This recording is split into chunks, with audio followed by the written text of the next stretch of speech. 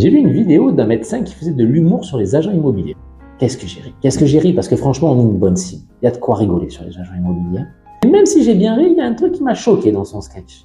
À un moment donné, l'humoriste, il se fout de la gueule de l'agent immobilier parce qu'il est en retard. En sachant que l'humoriste, dans la vie active, il est médecin. Et un médecin qui se fout de la gueule de quelqu'un qui est en retard, c'est un peu un contresens, non? Parce que qui a déjà vu un médecin arriver à l'heure une fois dans sa vie? Personne.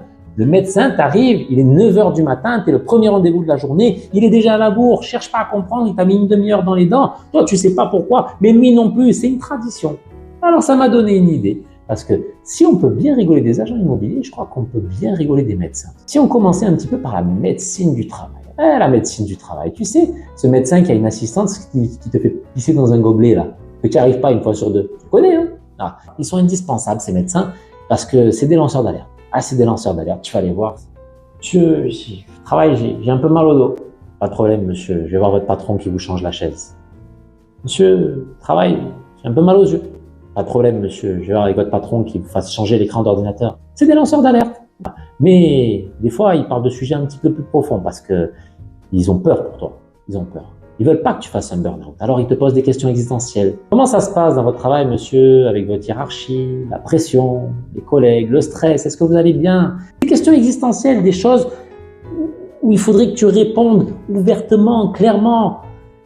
Et toi, tu es là, pendant qu'ils te posent la question, tu es derrière le paravent, en train de te remettre le pantalon, les chaussettes et les chaussures. Tu comprends rien à ce qu'il t'a posé comme question parce que tu n'entends pas et tu es concentré sur autre chose. Et tu lui dis, ah, ça va. Alors que tu en es à un tube de Lexomil tous les soirs pour pouvoir t'endormir. Mais il t'a posé la question et ça va. Ce médecin du travail, et tous les 2 ans, il te pèse. Tous les 2 ans, il te dit, monsieur, vous avez pris 1 kilo, vous avez pris 2 kilos, vous avez pris 3 kilos.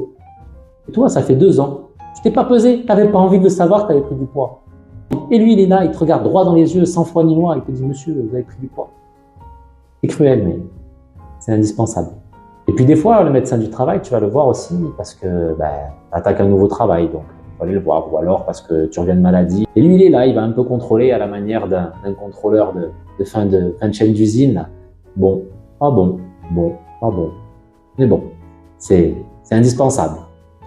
Puis le médecin, quand tu repars de là-bas, en fait, c'est le seul qui ne te donne pas d'ordonnance. Il ne te donne pas d'ordonnance, il te donne un petit papier. Sur ce petit papier, il écrit très clairement heure de départ 9h50, heure d'arrivée 9h10. Et c'est écrit pour une fois par un médecin de manière très très claire. Il n'écrit pas des hiéroglyphes comme sur une ordonnance classique, il écrit tout bien comme il faut, parce qu'il faut que tout soit clair, parce qu'il faut que quand tu donnes ce papier à ton employeur, il puisse bien lire à quelle heure tu es parti de là-bas et à quelle heure tu es arrivé, pour être sûr que tu n'y as pas gratté des minutes de travail. Mais bon, c'est indispensable.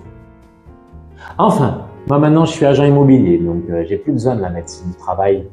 Je souffre en silence. Sur ma selle de scooter trop dur, sur ma chaise de travail tordue, et dans ma chemise Zara qui ne sert même pas de corset. Allez, bye.